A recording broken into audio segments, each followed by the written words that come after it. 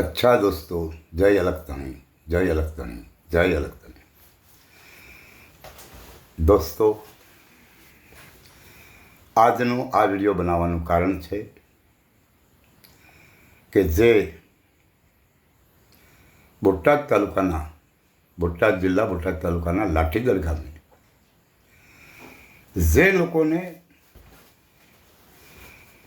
સવર્ણ સમાજના લોકો ફરીવાર કહું છું, કારણ કે ગયા વખતે કોમેન્ટ આવી હતી કે સવર્ણ સમાજનું નામ કેમ બદનામ કરો છો. અત્યારે સ્પષ્ટ સાબિત થઈ ચૂક્યું છે કે લાઠીદળના સીબી ખંભાળિયા એ જ પછાત સમાજના લોકોને પ્લોટ આપવા દેવા રાજી નથી અને છેલ્લા 4-5 વર્ષથી લેન્ડ કમિટીની અંદર બોટાદ એક પણ પ્લોટ લાઠીદળનો મંજૂર થયો નથી અને લાઠીદળ ગામના પછાત સમાજના લોકો મફત પ્લોટના ફોર્મ ભરી અને પંચાયતને આપે છે, પણ પંચાયતના તલાટીક્રમ મંત્રી અને સરપંચ આ સીબી ખંભાળિયાના ઇશારે કામ કરે છે એવું મને જાણવા મળ્યું છે. ત્યારે હવે મારી વાત એ છે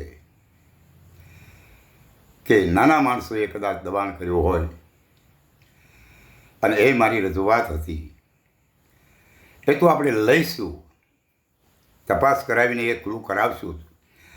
પણ મારી વાત હવે તાલુકા વિકાસ અધિકારી સાહેબ બોટાદ ગ્રામ્ય વિસ્તાર અને માન્ય મહેરબાન મામલતદાર સાહેબ ગ્રામ્ય વિસ્તાર, આપને મારા આ વિડીયોના માધ્યમથી હું ફરિયાદ રજૂ કરું છું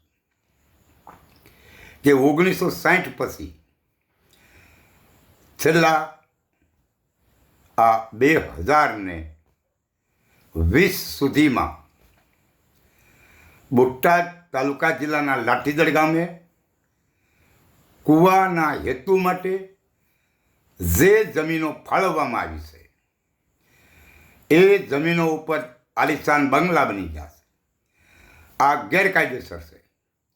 એટલે પ્રથમ તબક્કે તાત્કાલિક આ અંગેની કાર્યવાહી કરવામાં આવે એ આપની જવાબદારીમાં છે અને આવા દબાણ કરનાર સામે માન્ય મહેરબાન મામલતદાર સાહેબ આપને ખુદને સુઓ મોટો દાખલ કરવાનો પાવર છે. એટલે આપે જાતે આ તમામની સામે તપાસ કરી અને તાત્કાલિક યુદ્ધના ધોરણે આ તમામ સામે લેન્ડ ગ્રેબિંગ કાયદાની જોગવાઈ મુજબ સુઓ મોટો દાખલ કરી કાર્યવાહી કરવી અને આ દબાણો તાત્કાલિક ખુલ્લા કરાવવા. અને આ મારી વિનંતી છે અને આપ તાત્કાલિક આ કાર્યવાહી કરે અને પછી ગામે એ પણ તપાસ કરે કે છેલ્લા 5 વર્ષથી લાઠીદળ ગામના પછાત સમાજના ફોર્મ તાલુકા પંચાયતમાં કેમ પહોંચતા નથી, કોણ આમાં રોકે છે.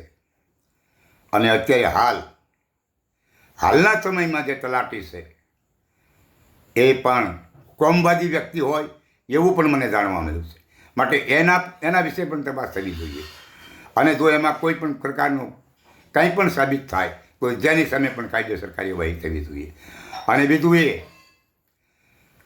કે આ લડાઈ આપવાને કારણે સીબી ખંભાળિયા અથવા એના સાગરીતો દ્વારા મારું અથવા મારા પુત્ર પરિવારનું કોઈનું ખૂન કરે કે કરાવે એવી પણ મને દહેશત ઊભી થઈ જ છે.